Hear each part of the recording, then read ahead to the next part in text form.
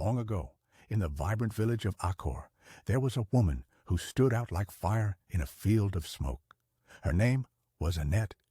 She wasn't just beautiful, she was defiant, self-assured, and unapologetically free. While other young women in the village dreamed of love and marriage, Annette saw those things as nothing more than trades of freedom for routine. For her, relationships were transactions, and she was a master negotiator. Unlike the others, she didn't aspire to be someone's wife. She wanted power, wealth, and independence. So she made her own rules, trading her body for riches, not affection.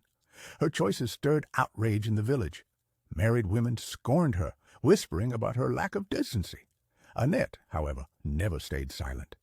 With a sly smile and piercing gaze, she'd reply, "Don't blame me if your husbands prefer my company to yours." Her words were sharp enough to slice pride like fruit. When younger girls mocked her for being unmarried, she'd just laugh in their faces. "You're married, but starving," she'd say. "At least I eat well, sleep peacefully, and live on my terms." Her confidence was armor, and no insult could pierce it. Men in Acor were drawn to her like bees to honey. But Annette wasn't naive. She knew exactly what they wanted, and she knew how to make them want more. She had mastered the art of seduction without losing herself in it. Many men came to her with desire, but they left with obsession, and they always came back. Some said even the king had fallen under her spell. Whether or not it was true, no one dared challenge her influence. Annette wasn't just attractive, she was magnetic. Wealthy, respected, feared, a woman both envied and admired. Her presence turned heads, her laughter turned silence into chaos, and no matter how the world judged her, she never begged for acceptance. She had created a life that others only whispered about in the dark.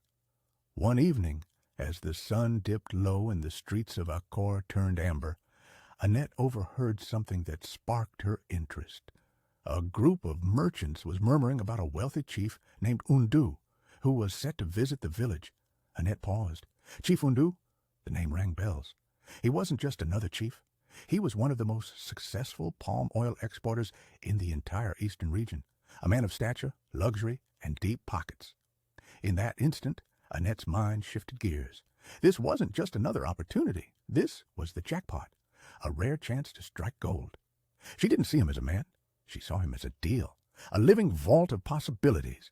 If she could win his interest, even just for a night, the payoff could surpass everything she had earned in the past 2 years. Her instincts kicked in, sharp and calculating.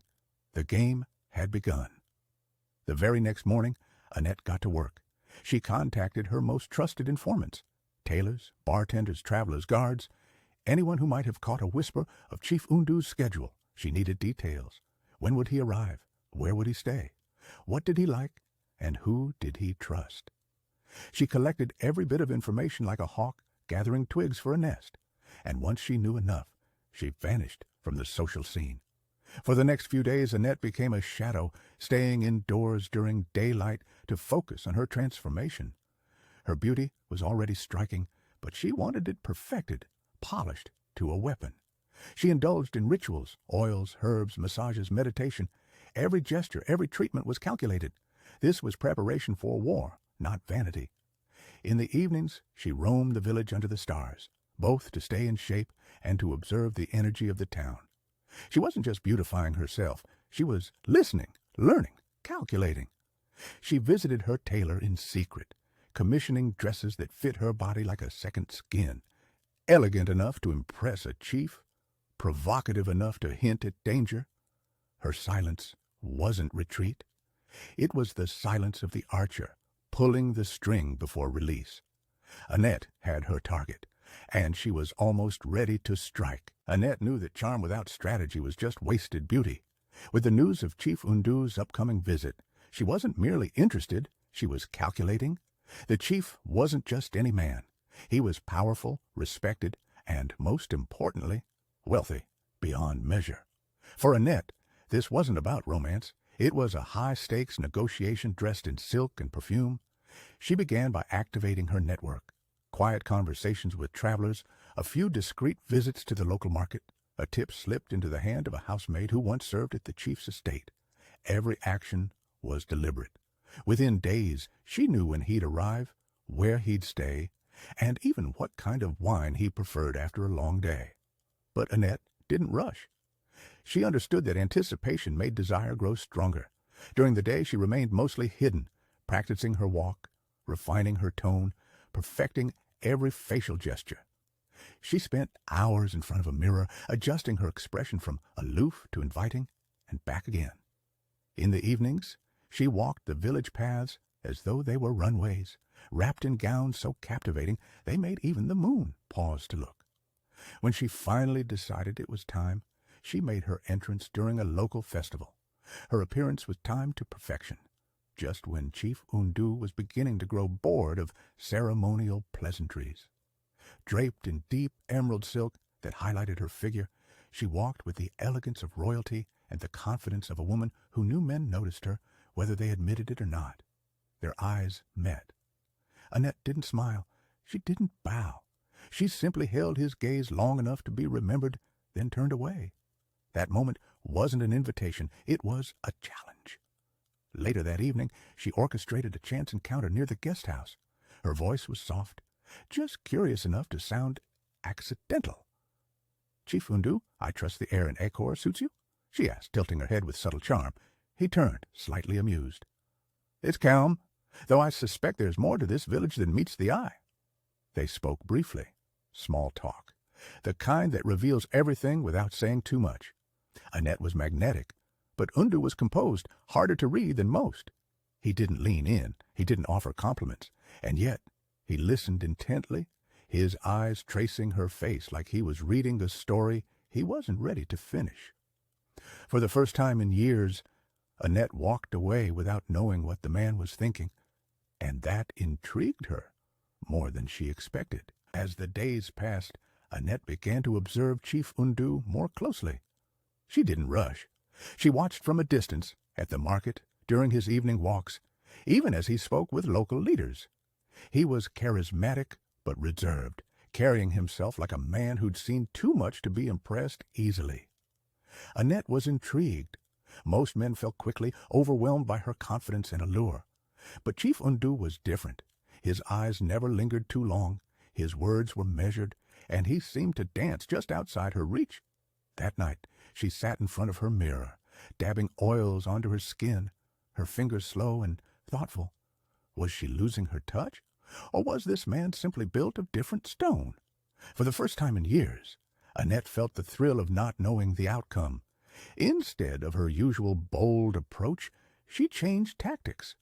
She sent a basket of rare fruits to the chief's lodging, carefully chosen and wrapped with a note and calligraphy, for a man who understands value, not just price. The next morning, she received a simple response, a single hibiscus flower, left at her doorstep. No words, just a symbol. Subtle, ambiguous, and deliberate. Annette smiled. Their interaction became a quiet game.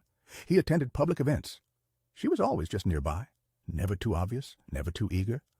Their eyes met occasionally, long enough to acknowledge but too brief to confirm anything. Each time left her breathless. But even as the dance unfolded, something shifted inside Annette. She began reflecting more deeply on why she wanted the chief in the first place. Was it truly the wealth? Or was it that he didn't see her the way others did, as a transaction, as a means to an end? She found herself rehearsing not seduction, but conversation. Real words, not charm. Real connection, not performance. One afternoon, Annette ventured out alone, barefoot in a simple linen dress. She walked along the riverbank, no makeup, no show, just herself. And as fate would have it, she found him there too, sketching the outline of a tree onto a small leather notebook. He looked up, surprised, but didn't stand. She sat next to him. They didn't talk about business or beauty or power. They spoke of childhood, of books, of the silence between thoughts. It was the first conversation Annette had in years that didn't involve strategy. It was human.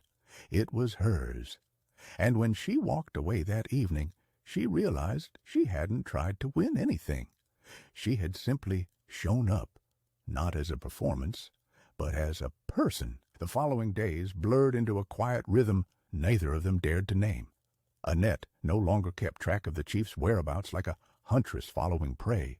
Instead, She noticed moments, the way he tilted his head when listening, how he never interrupted, and how he seemed to carry his silence like armor, not absence. She had learned over the years how to read men like books. But Chief Undu? He was poetry, not to be read, but to be felt. One evening, she received an invitation, a formal gathering hosted by the local council in Chief Undu's honor. Annette hesitated. This time, she didn't want to enter like a spectacle. She wore a modest yet elegant indigo dress, her hair in a simple twist. She walked in with no entourage, no scent trails of seduction, only a quiet sense of self. When their eyes met across the room, there was recognition. But more than that, mutual respect. They spoke briefly, surrounded by others, yet somehow entirely alone in the moment. He asked her what freedom meant to her. She said, not being needed to impress. He smiled and nodded. After the event, Annette walked home through the moonlit village. The night was still, but inside her, something stirred. For years, she'd measured her worth by how much she could extract. Desire, envy, fear. But now she found herself asking, who was she, really, without the chase? The next morning, she did something no one expected. She packed a single bag, left a note for the tailor to cancel all pending dresses, gave away her perfumes to the younger girls who still played the game she once mastered. And then she walked to the edge of the village where the road opened up like a question. A merchant heading west gave her a seat in his cart, and without looking back, Annette left Acor. No grand farewell, no scandal, just a woman choosing to write a different ending. Months later, rumors reached the village of a woman in a coastal town who taught orphaned girls how to read, how to manage money, how to say no with dignity. Some said it was Annette. Others said it was impossible. But one day, Chief Undu returned to Acor for a brief visit, and in the market, an old vendor handed him a book, its leather cover worn, a hibiscus pressed between its pages. He opened it. Inside was a note. Thank you for not trying to own me. He smiled, and that was enough